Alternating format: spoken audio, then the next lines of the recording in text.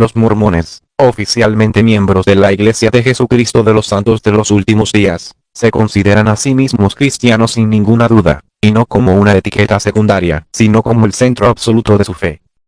Para ellos Jesucristo no es un personaje simbólico ni un maestro moral más, sino el Hijo literal de Dios, el Salvador del mundo, aquel que nació de María, vivió una vida perfecta, sufrió, murió en la cruz, y resucitó físicamente al tercer día, para vencer la muerte y el pecado. Todas sus oraciones se hacen en el nombre de Jesucristo, todos sus sermones giran alrededor de él y toda su doctrina enseña que sin Cristo la humanidad no puede salvarse. Desde esa perspectiva, para un mormón la pregunta ¿son cristianos? Resulta incluso extraña, porque sienten que no solo creen en Cristo, sino que intentan seguirlo de manera literal en su vida diaria. Sin embargo, la controversia nace cuando se pasa de la devoción a Jesucristo a la definición teológica de qué significa ser cristiano. Para la mayoría de las iglesias cristianas tradicionales, especialmente la católica, ortodoxa y la gran mayoría de las protestantes, ser cristiano implica aceptar la doctrina de la Trinidad, es decir, creer que Dios Padre, Dios Hijo y el Espíritu Santo son tres personas distintas, pero de una sola esencia, un solo Dios indivisible. Aquí es donde el mormonismo se separa radicalmente, porque enseña que el Padre, el Hijo y el Espíritu Santo son tres seres distintos, perfectamente unidos en propósito y voluntad, pero no en sustancia. Para los mormones, Dios Padre tiene un cuerpo glorificado y perfecto, Jesucristo también posee un cuerpo resucitado, y el Espíritu Santo es un ser espiritual sin cuerpo. Esta visión hace que muchos cristianos tradicionales consideren que los mormones no adoran al mismo Dios, y por lo tanto, desde su definición doctrinal no los reconocen como cristianos. A esta diferencia se suma el tema de las escrituras. Los mormones creen en la Biblia y la usan activamente, pero también creen que no es el único libro sagrado. Aceptan el libro de Mormón como otro testamento de Jesucristo, además de otras revelaciones modernas.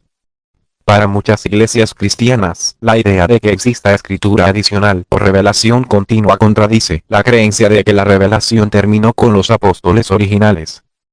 Esto refuerza la percepción de que el mormonismo no encaja dentro del cristianismo histórico, aunque los mormones insisten en que no están reemplazando la Biblia, sino complementándola y restaurando verdades que, según ellos, se perdieron con el tiempo.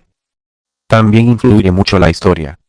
El cristianismo tradicional se desarrolló durante casi 2000 años, con concilios, credos y debates que definieron sus doctrinas centrales. El mormonismo, en cambio, surge en el siglo XIX en Estados Unidos, afirmando ser una restauración del cristianismo original y no una simple reforma.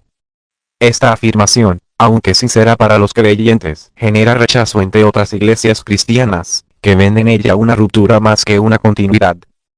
Entonces, ¿son cristianos o no? La respuesta depende completamente de quién responde y desde qué definición. Si ser cristiano significa creer en Jesucristo como Salvador, seguir sus enseñanzas y confiar en su sacrificio, entonces los mormones claramente encajan en esa definición. Pero si ser cristiano implica aceptar la Trinidad, las definiciones doctrinales históricas y una visión específica de la naturaleza de Dios, entonces para muchas iglesias cristianas, los mormones quedan fuera de ese marco. Por eso la pregunta nunca tiene una respuesta universal, porque no es solo una cuestión de fe, sino de definición. Al final, lo más honesto es reconocer que los mormones viven y predican una fe centrada en Jesucristo, pero con una teología distinta al cristianismo tradicional. No son cristianos a medias, ni cristianos ocultos, sino una tradición religiosa, que se ve a sí misma como cristiana, aunque no sea reconocida como tal por la mayoría del cristianismo histórico.